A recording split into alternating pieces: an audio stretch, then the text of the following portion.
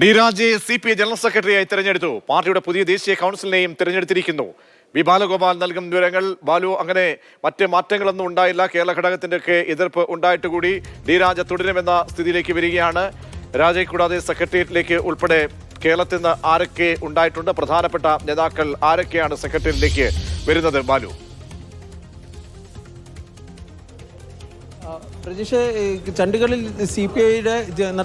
ചണ്ഡീഗഡിൽ നടക്കുന്ന CPIയുടെ പാർട്ടി കോൺഗ്രസ് അതിൻ്റെ അവസാന ഘട്ടങ്ങളിലേക്ക് കടക്കുകയാണ്. അല്പസമയം മുമ്പാണ് എനിക്ക് പിന്നിൽ കാണുന്ന ഈ പ്രതിനിധി സമ്മേളനം നടക്കുന്ന ഹാളിൽ ഈ പുതിയ ദേശീയ കൗൺസിലിനെ സംബന്ധിച്ചുള്ള പ്രഖ്യാപനം ഉണ്ടായിരിക്കുന്നത്. കേരളത്തിൽ നിന്ന് പുതുതായി TJ ആഞ്ചലോസും അതുപോലെ തന്നെ ഗോവിന്ദൻ പള്ളിക്കാപ്പിലുമാണ് പുതുതായി കൗൺസിലിൽ എത്തിയിട്ടുള്ളത്. 14 പേരാണ് കേരളത്തിൽ നിന്ന് എത്തിയിട്ടുള്ളത്. ഇതിൽ നേരത്തെ ഉണ്ടായിരുന്ന അംഗങ്ങളൊക്കെ തന്നെ തുടരുന്നതാണ്.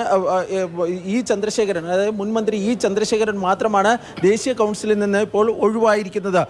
കൺട്രോൾ കമ്മീഷനെ സംബന്ധിച്ചുള്ള തെരഞ്ഞെടുപ്പ് നടന്നിട്ടുണ്ട്. 11 അംഗ കൺട്രോൾ കമ്മീഷനാണ് ഇപ്പോൾ തെരഞ്ഞെടുത്തിരിക്കുന്നത്. ആ കൺട്രോൾ കമ്മീഷനിലും പ്രായപരിധി മാനദണ്ഡമാക്കിയിട്ടില്ല എന്നതാണ് ഏറ്റവും പ്രധാനപ്പെട്ട കാര്യം. കാരണം ഈ കഴിഞ്ഞ ദിവസം നിർവാഹക സമിതി യോഗത്തിൽ തന്നെ ഇത് സംബന്ധിച്ചുള്ള തീരുമാനമുണ്ടായിരുന്നു. ഈ പ്രായപരിധി മാനദണ്ഡം കർശനമായി നടപ്പാക്കാത്ത ചില വിമർശനങ്ങളൊക്കെ ഉയർന്നിരുന്നു. അതിനാലാണ് ഈ സമ്മേളനത്തിൻ്റെ നടപടികൾ അല്പം നീണ്ടുപോയതെന്നാണ് ലഭിക്കുന്ന വിവരം. നിലവിൽ പുതുതായുള്ള ദേശീയ കൗൺസിൽ ഈ ജനറൽ സെക്രട്ടറിയുടെ അധ്യക്ഷതയിൽ ചേരുന്നുണ്ട്. ആ യോഗത്തിൽ വെച്ചാണ് പുതിയ ദേശീയ നിർവാഹക സമിതിയും അതുപോലെ തന്നെ ദേശീയ സെക്രട്ടേറിയറ്റിനെയും തെരഞ്ഞെടുക്കുന്നത്. കേരളത്തിൽ നിന്ന് നിലവിൽ ദേശീയ സെക്രട്ടേറിയറ്റിലുള്ളത് ബിനോയ് വിശ്വമാണ്. ബിനോയ് വിശ്വത്തിന് പുറമെ സന്തോഷ് കുമാർ, അതുപോലെ തന്നെ പ്രകാശ് ബാബു എന്നിവരുടെ പേര് കൂടി സജീവമായി ദേശീയ സെക്രട്ടേറിയറ്റിലേക്ക് പരിഗണിക്കുന്നുണ്ട്. ദേശീയ നിർവാഹക സമിതിയിൽ മന്ത്രി രാജൻ എത്തുന്നതിനുള്ള സാധ്യതകളും പറഞ്ഞു കേൾക്കുന്നുണ്ട്. രാജനോ PP സുനീറോ എത്തുന്നതിനുള്ള സാധ്യതകളാണ് പറഞ്ഞു കേൾക്കുന്നത്. അല്പസമയത്തിനുള്ളിൽ തന്നെ പുതിയ ദേശീയ സെക്രട്ടേറിയറ്റിനെയും ദേശീയ നിർവാഹക സമിതിയെ സംബന്ധിച്ചുള്ള തീരുമാനം നമുക്ക് അറിയാൻ വേണ്ടി കഴിയുന്നതായിരിക്കും. നേരത്തെ ഈ ബാക്കി എല്ലാ സംസ്ഥാനങ്ങളിലും ഏകകണ്ഠമായിട്ടാണ് ദേശീയ കൗൺസിൽ പ്രതിനിധികളെ തെരഞ്ഞെടുത്തിരുന്നത്. പക്ഷേ തമിഴ്നാട് ഘടകത്തിൽ വോട്ടെടുപ്പ് നടത്തിയിരുന്നു. അവിടെ ഔദ്യോഗിക പാനലിനെതിരെ 4 അംഗങ്ങൾ മത്സരിച്ചിരുന്നു. പക്ഷേ മത്സരിച്ചവരെല്ലാം തന്നെ പരാജയപ്പെട്ടു. എന്നിരുന്നാൽ കൂടിയും 11 അംഗങ്ങളുള്ള തമിഴ്നാട്ടിലെ ദേശീയ കൗൺസിലിനെ തെരഞ്ഞെടുക്കുന്നതിന് വേണ്ടി നടന്ന വോട്ടെടുപ്പിനുമായി ബന്ധപ്പെട്ട നടപടിക്രമങ്ങൾ കാരണമാണ് ഈ പ്രക്രിയ വളരെ നീണ്ടുപോയത്.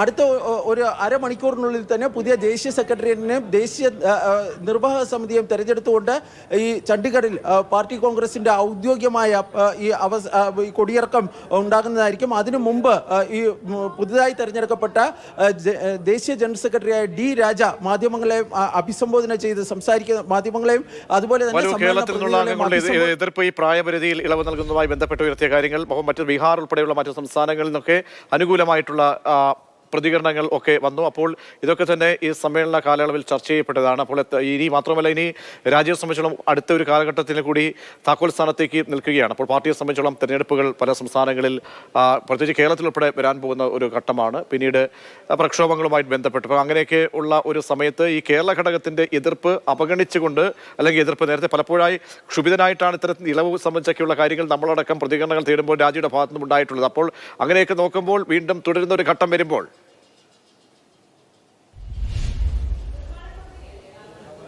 കേരളത്തിനെ സംബന്ധിച്ചിടത്തോളം കേരളത്തിലെ പ്രതിനിധികൾ ശക്തമായുള്ള എതിർപ്പാണ് ഈ പാർട്ടി കോൺഗ്രസ് ആരംഭിച്ചപ്പോൾ മുതൽ ഈ പ്രായവുമായി ബന്ധപ്പെട്ട കാര്യങ്ങളിൽ നടത്തിയിരുന്നത്. കാരണം പ്രായപരിധിയിൽ ഒരു കാരണവശാലും ഇളവ് അനുവദിക്കാൻ വേണ്ടി കഴിയില്ല എന്ന നിലപാടായിരുന്നു കേരളത്തിൽ നിന്നുള്ള പ്രതിനിധികൾ ഈ ആദ്യം മുതൽ തന്നെ സ്വീകരിച്ചിരുന്നത്. പക്ഷേ ഇന്നലെ ദേശീയ നിർവാഹക സമിതി യോഗം ചേർന്നിരുന്നപ്പോൾ ഇതുമായി ബന്ധപ്പെട്ട് വിശദമായ ചർച്ച നടത്തിയിരുന്നു.